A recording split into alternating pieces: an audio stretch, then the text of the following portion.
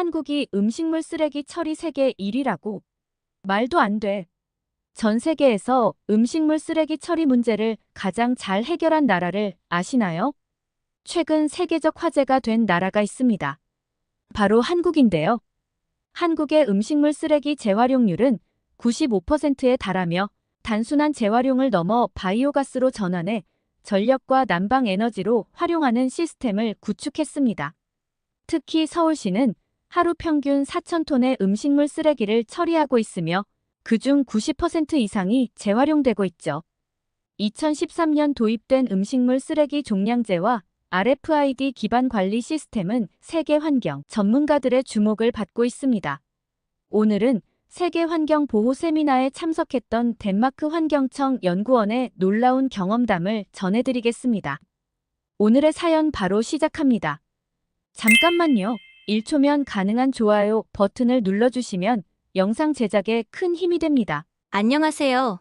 저는 덴마크 환경청에서 연구원으로 일하고 있는 사라입니다. 덴마크 환경청은 환경보호를 총괄하는 정부기관인데요. 제가 속한 폐기물 관리부서에서는 효율적인 재활용 시스템 구축을 위해 연구하고 있어요. 특히 저는 음식물 쓰레기 재활용 분야를 담당하고 있는데 최근 몇 년간 우리 부서의 가장 큰 고민거리가 바로 이 문제였답니다. 덴마크는 환경 선진국으로 알려져 있지만 음식물 쓰레기 재활용률은 아직 만족스럽지 못한 상황이었거든요. 매일 아침 코펜하겐 외곽의 조용한 환경청 건물로 출근하면서 저는 늘 이 문제를 어떻게 해결할 수 있을지 고민했어요. 세계 각국의 사례를 연구하고 새로운 기술을 찾아보고 그러던 어느 날 제 책상 위에 한 장의 초청장이 도착했습니다. 세계 환경보호 세미나 베를린. 봄비가 내리는 어느 날 아침 저는 베를린행 비행기에 몸을 실었어요. 평소처럼 노트북을 펼쳐 각국의 환경정책 자료를 검토하고 있었죠. 그런데 세미나장에서 듣게 된 발표는 저의 모든 상식을 뒤흔들어 놓았답니다. 슈미트 교수의 발표 주제는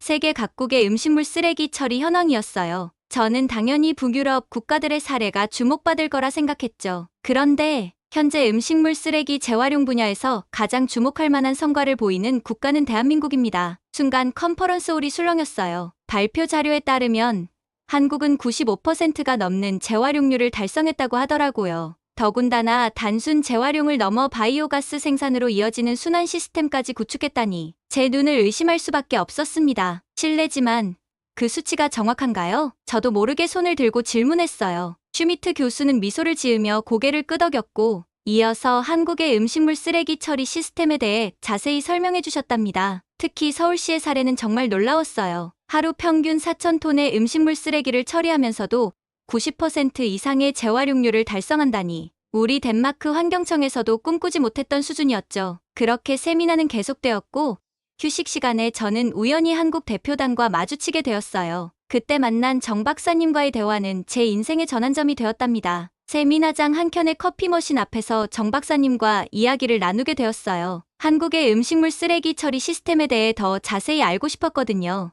우리나라가 이런 시스템을 구축하게 된 건 사실 절박한 상황 때문이었어요. 정 박사님의 설명은 제게 또 다른 충격을 주었습니다. 한국은 국토가 좁고 인구 밀도가 높아 쓰레기 처리가 늘 큰 고민이었다고 해요. 2005년까지만 해도 음식물 쓰레기의 대부분을 바다에 버렸는데 런던 협약으로 이마저도 금지되면서 새로운 해결책이 절실했다고 하더라고요. 그래서 2013년부터 전국적으로 음식물 쓰레기 종량제를 시행했습니다. RFID 기기로 배출량을 정확히 측정해서 비용을 부과하죠. 무선인식 기술을 활용해 각 가정의 음식물 쓰레기 배출량을 정확히 측정하고 그만큼 비용을 내는 시스템이라니 제 귀를 의심할 수밖에 없었어요. 더 놀라운 건 그 결과였습니다. 종량제 시행 이후 음식물 쓰레기 배출량이 30%나 감소했다고 해요. 게다가 수거된 음식물 쓰레기는 바이오가스와 시설에서 처리되어 전기와 난방에너지로 재탄생된다고 하더라고요. 정말 대단해요. 하지만 시민들의 반발은 없었나요? 제 질문에 정 박사님은 잠시 생각에 잠기더니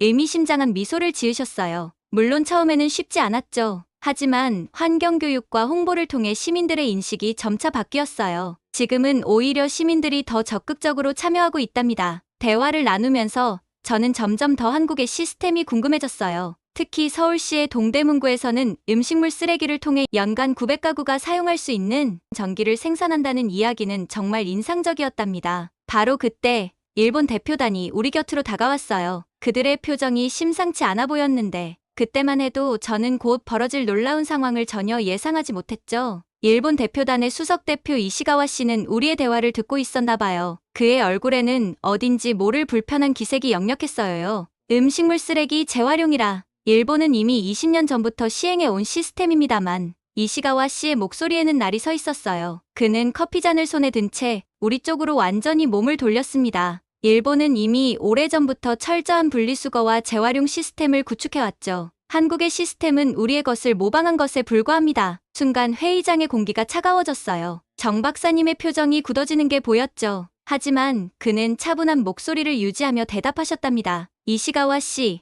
우리의 시스템이 일본의 것과 비슷한 점이 있다는 건 인정합니다. 하지만 저희는 거기서 한 걸음 더 나아갔어요. RFID 기술을 활용한 정밀 측정, 바이오가스화를 통한 에너지 생산, 이건 단순한 재활용을 넘어선 혁신이죠. 실제로 한국의 음식물 쓰레기 처리 시스템은 정말 혁신적이었어요. 서울시의 동대문구 사례만 봐도 그렇죠. 하루 평균 처리되는 20톤의 음식물 쓰레기에서 바이오가스를 생산해 900가구가 사용할 수 있는 전기를 만들어내고 있었거든요. 그래서 재활용률이 95%라고요. 그건 너무 과대 포장된 수치 아닌가요? 이시가와 씨의 말에 저는 끼어들 수밖에 없었어요. 잠시만요.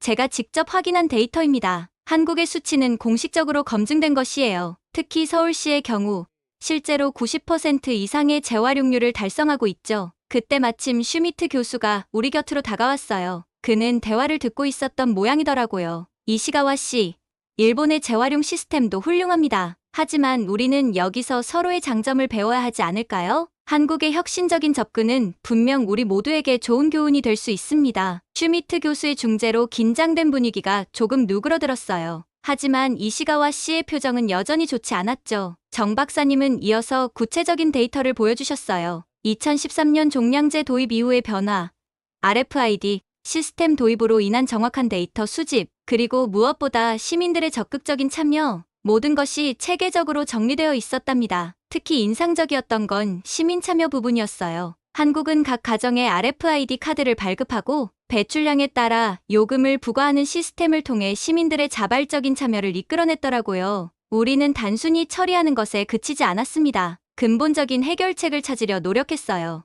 음식물 쓰레기를 줄이는 것부터 시작해서 발생한 쓰레기를 에너지로 재활용하는 것까지 모든 과정이 하나의 순환고리를 이루고 있죠. 정 박사님의 설명을 들으며 저는 한국의 시스템이 얼마나 체계적이고 혁신적인지 다시 한번 깨달을 수 있었어요. 회의장의 창밖으로 베를린의 봄비가 내리고 있었지만 우리의 토론은 더욱 뜨거워져만 갔답니다. 그리고 이 토론은 곧 더 큰 변화의 시작점이 되리라는 걸 그때는 아무도 예상하지 못했죠. 이시가와 씨의 목소리가 회의장을 가득 채웠어요. 그의 얼굴은 점점 더 붉어져 갔고 한국의 성과를 깎아내리려는 듯한 태도가 역력했답니다. 처음에는 잔잔한 비아냥거림으로 시작했지만 점점 그의 발언은 더욱 과격해졌어요. 한국의 95% 재활용률이 과장되었다느니, 일본의 20년 역사를 따라올 수 없다느니, 심지어 한국의 시스템이 일본의 것을 모방했다는 주장까지 펼치더군요. 정 박사님은 그 모든 비난 앞에서도 놀라울 정도로 침착함을 유지하셨어요. 오히려 더 구체적인 데이터를 제시하며 차분히 설명해 나가셨죠. 서울시의 하루 4,000톤 음식물 쓰레기 처리량,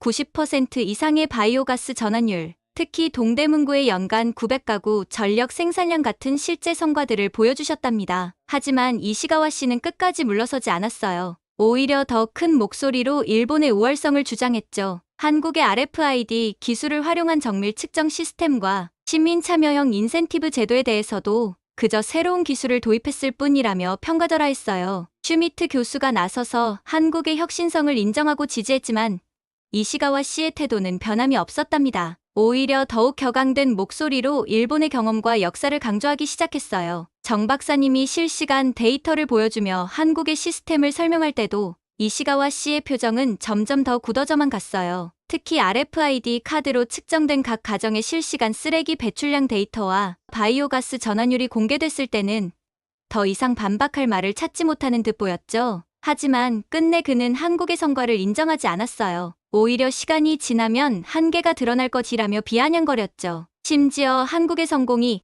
일시적인 운이라는 발언까지 서슴지 않았답니다. 회의장의 공기는 점점 더 무거워져만 갔어요. 다른 참가자들은 불편한 기색이 역력했지만 정 박사님은 끝까지 차분함을 잃지 않으셨죠. 오히려 더 구체적인 미래 계획과 비전을 제시하며 환경 문제 해결을 위한 국제 협력의 중요성을 강조하셨어요. 이시가와 씨의 예상치 못한 반발 이후 정 박사님은 서울시의 음식물 쓰레기 처리 시설에 대한 구체적인 자료를 보여주셨어요. 특히 동대문구 사례가 세계 석학들의 주목을 받았답니다. 그것은 단순한 처리가 아닌 에너지 순환에 좋은 예시였고 데이터는 분명했어요. 2013년 종량제 도입 이후 음식물 쓰레기 배출량이 30% 가까이 감소했고 RFID 기반의 관리 시스템으로 정확한 데이터 수집이 가능해졌다는 점이 특히 인상적이었답니다. 슈미트 교수는 특히 한국의 음식물 쓰레기 처리 시스템이 가진 특별한 점을 강조했어요. 한국의 시스템이 주목받는 이유는 단순한 재활용을 넘어서기 때문입니다. 바이오가스 생산을 통한 에너지 순환, RFID,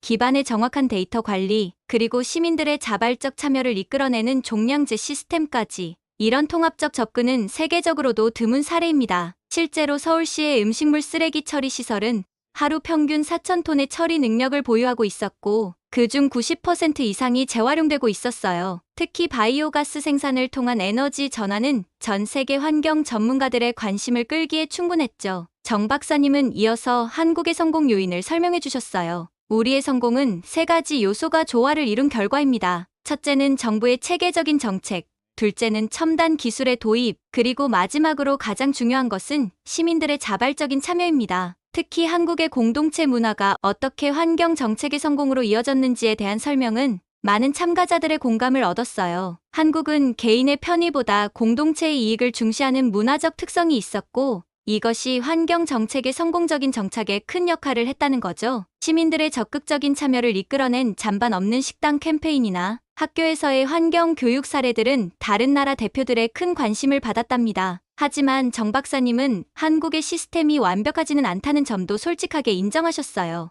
아직도 개선해야 할 부분이 많다는 것, 그리고 각국의 상황에 맞는 맞춤형 접근이 필요하다는 점을 강조하셨죠. 회의장에는 이제 서로의 경험을 나누고 배우려는 진지한 분위기가 만들어졌어요. 한국의 사례는 환경 문제 해결을 위한 하나의 중요한 참고 사례가 된 것이었죠. 그날의 대립은 결국 해결되지 않은 채로 남았지만 오히려 그 덕분에 한국의 성과가 더욱 부각되었다고 할 수 있었죠. 이시가와 씨의 완고한 태도와 대조적으로 정 박사님이 보여준 차분하고 논리적인 대응은 다른 참가자들에게 깊은 인상을 남겼답니다. 저는 그날의 경험을 통해 진정한 환경 문제 해결은 한 국가의 우월성을 증명하는 것이 아니라 서로 다른 시각과 경험을 인정하고 배우는 데서 시작된다는 것을 깨달았어요. 이시가와 씨의 고집스러운 태도는 오히려 우리에게 중요한 교훈을 주었던 것 같았죠. 회의가 끝난 후 다른 참가자들은 한국의 혁신적인 시스템에 대해 더 많은 관심을 보였고 구체적인 협력 방안을 논의하기 시작했답니다. 이시가와 씨의 반대는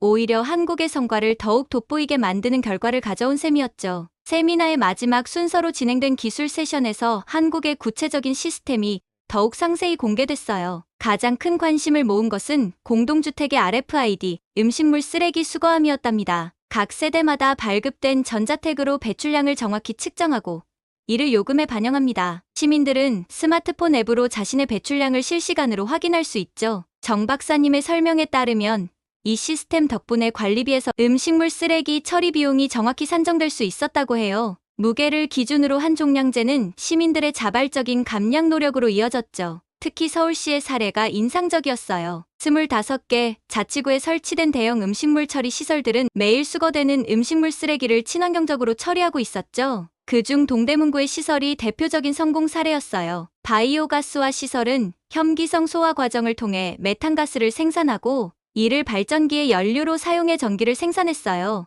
또한 소화 후 남은 잔재물은 퇴비로 재활용되어 농가에 공급되고 있었죠. 더욱 놀라운 것은 음식물 쓰레기 처리 과정에서 발생하는 악취 문제도 해결했다는 점이었어요. 첨단 탈취 시설을 도입해 주변 주민들의 민원도 크게 줄었다고 했죠. 우리는 처리 시설 주변에 실시간 악취 모니터링 시스템을 설치했습니다. 기준치를 넘으면 즉시 대응할 수 있죠. 학교 급식소나 대형 음식점에서 발생하는 음식물 쓰레기도 체계적으로 관리되고 있었어요. 발생 단계부터 수거 처리까지 전 과정이 투명하게 관리되는 시스템이 구축되어 있었죠. 특히 인상적이었던 건 푸드뱅크와 같은 예방 정책이었어요. 유통기한이 임박한 식품을 필요한 사람들에게 연결해주는 시스템으로 음식물 쓰레기 발생을 원천적으로 줄이는 데 기여하고 있었답니다. 모든 설명이 끝난 후 회의장에는 잠시 침묵이 흘렀어요. 참가자들은 각자 자신의 나라에 이런 시스템을 도입하는 것을 진지하게 고민하는 듯했죠. 환경 문제 해결이 더 이상 먼 미래의 일이 아니라는 희망을 본 순간이었답니다. 이날의 세미나는 단순한 정보 공유를 넘어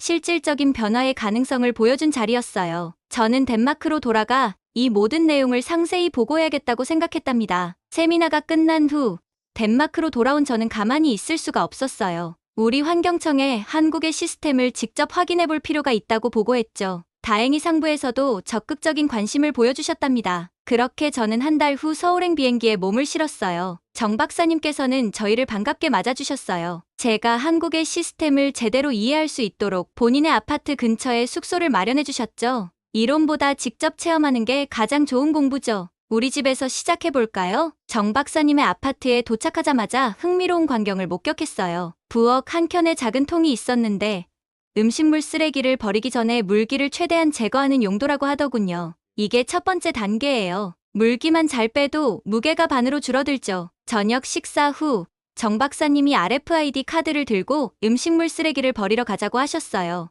아파트 단지 내 수거함으로 향하는데 저는 깜짝 놀랐답니다. 어머, 이렇게 늦은 시간에도 버릴 수 있나요? 네, 24시간 이용할 수 있죠. 직장인들을 위한 배려죠? 수거함 앞에서 정 박사님은 제게 카드를 건네주셨어요. 떨리는 마음으로 카드를 태그하고 뚜껑을 열었는데 놀랍게도 악취가 거의 없었어요. 음식물을 넣고 무게를 측정하는 순간 무게가 바로 측정이 되더라고요. 이렇게 버린 음식물 쓰레기는 어디로 가는 걸까요? 다음날 그 답을 찾기 위해 동대문구의 음식물 쓰레기 처리 시설을 방문했어요. 하루 20톤의 음식물 쓰레기가 바이오가스로 전환되는 과정을 직접 확인할 수 있었죠. 센터장님이 건네주신 방호복을 입고 시설 내부까지 둘러볼 수 있었답니다. 바이오가스 발효조 옆에 서서 설명을 들을 때는 가슴이 두근거렸어요. 우리 덴마크의 시설과는 전혀 다른 방식이었거든요. 특히 놀라웠던 건 실시간 모니터링 시스템이었어요. 점심시간에는 또 다른 놀라운 경험을 했답니다. 정 박사님과 근처 식당에 갔는데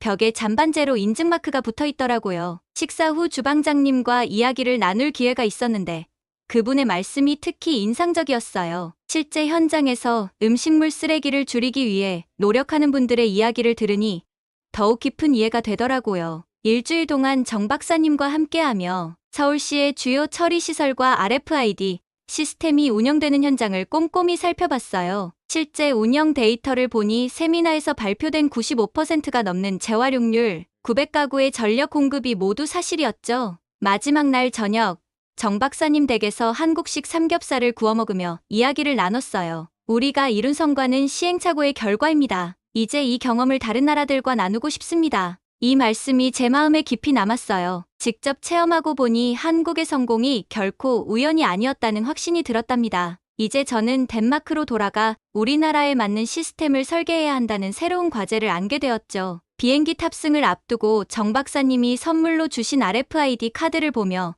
이제는 우리 차례라는 생각이 들었답니다. 덴마크 코펜하겐 환경청 회의실로 돌아온 저는 한국에서의 경험을 바탕으로 프레젠테이션을 준비했어요. 50여 명의 환경청 관계자들이 모인 자리에서 떨리는 마음으로 발표를 시작했답니다. 한국의 음식물 쓰레기 처리 시스템은 우리가 생각했던 것보다 훨씬 더 혁신적입니다. 제가 찍어온 현장 사진과 동영상을 보여주자 회의실이 술렁이기 시작했어요. 특히 RFID 카드로 실시간 무게를 측정하고 요금이 바로 책정되는 장면에서는 놀란 탄성이 터져 나왔죠. 실제로 제가 일주일간 사용해본 결과 음식물 쓰레기를 줄이려는 의식이 자연스럽게 생겼어요. 비용 때문만이 아니라 앱으로 매일 확인되는 수치가 일종의 동기부여가 되더군요. 모두들 특히 바이오가스 전환시설에 큰 관심을 보이셨어요. 우리도 재활용은 잘하고 있지만 에너지 생산까지 연결하는 건 부족했군요. 한국의 사례를 자세히 연구해볼 필요가 있겠습니다. 발표가 끝난 후 즉시 TF팀 구성을 지시하셨어요. 제가 팀장을 맡아 덴마크 실정에 맞는 시스템을 설계하라는 거였죠. 그날 저녁 사무실에서 늦게까지 자료를 정리하다가 문득 정 박사님이 하셨던 말씀이 떠올랐어요. 환경 문제는 한 국가만의 문제가 아닙니다. 우리 모두의 미래를 위해 서로 배우고 발전해야 하죠. 다음 날 아침, 저는 정 박사님께 이메일을 보냈어요. 덴마크의 새로운 프로젝트에 자문을 요청드린 거죠. 답장은 금방 왔답니다. 기쁜 마음으로 돕겠습니다. 이제 우리가 함께 더 나은 미래를 만들어갈 차례군요. 지금 저는 새로운 도전을 시작하고 있어요. 한국의 시스템을 단순히 모방하는 게 아니라 우리 실정에 맞게 발전시켜 나가는 거죠. 때로는 어렵고 힘들겠지만 환경을 위한 이 길이 옳다는 확신이 있답니다. 베를린 세미나에서 처음 들었던 그 놀라운 소식이 이제는 덴마크의 새로운 변화를 만들어가고 있어요. 그리고 이 변화는 분명 전 세계로 이어질 거라 믿고 있어요. 오늘은 덴마크 환경청 연구원의 특별한 경험을 들어보았습니다. 세계 최고의 음식물 쓰레기 처리 시스템을 구축한 우리나라의 성과가 이제는 전 세계의 롤모델이 되어가고 있다는 사실이 자랑스럽네요. 첨단 기술로 음식물 쓰레기를 에너지로 바꾸는 놀라운 시스템과 무엇보다 시민들의 자발적인 참여로 이뤄낸 성과. 한국의 혁신적인 환경 기술이 다시 한번 세계의 주목을 받고 있다는 사실이 자랑스럽습니다. 여러분은 우리나라의 음식물 쓰레기 처리 시스템을 직접 사용해 보시면서 어떤 점이 가장 인상적이셨나요? 또 앞으로 더 발전시켜야 할 부분은 무엇이라고 생각하시나요? 여러분의 소중한 경험과 의견을 댓글로 남겨주세요. 감동뭉클에서는 여러분의 소중한 마음을 모아 사연 주인공들에게 전해드리고 있습니다. 여러분 주변에 감동적이거나 재미있는 실제 사연들을 제보받고 있으니 언제든 저희 공식 메일로 제보해주세요. 여러분이 보내주신 사연이 다음 영상의 주인공이 될 수 있습니다. 오늘 들려드린 사연이 마음에 드셨다면 구독과 좋아요 눌러주시고 주변 분들과도 공유해주세요. 여러분의 작은 관심과 응원이 더욱 좋은 콘텐츠를 만드는데 큰 힘이 됩니다. 이상 감동뭉클이었습니다. 끝까지 시청해주셔서 감사합니다. 다음에 더 감동적인 사연으로 찾아뵙겠습니다.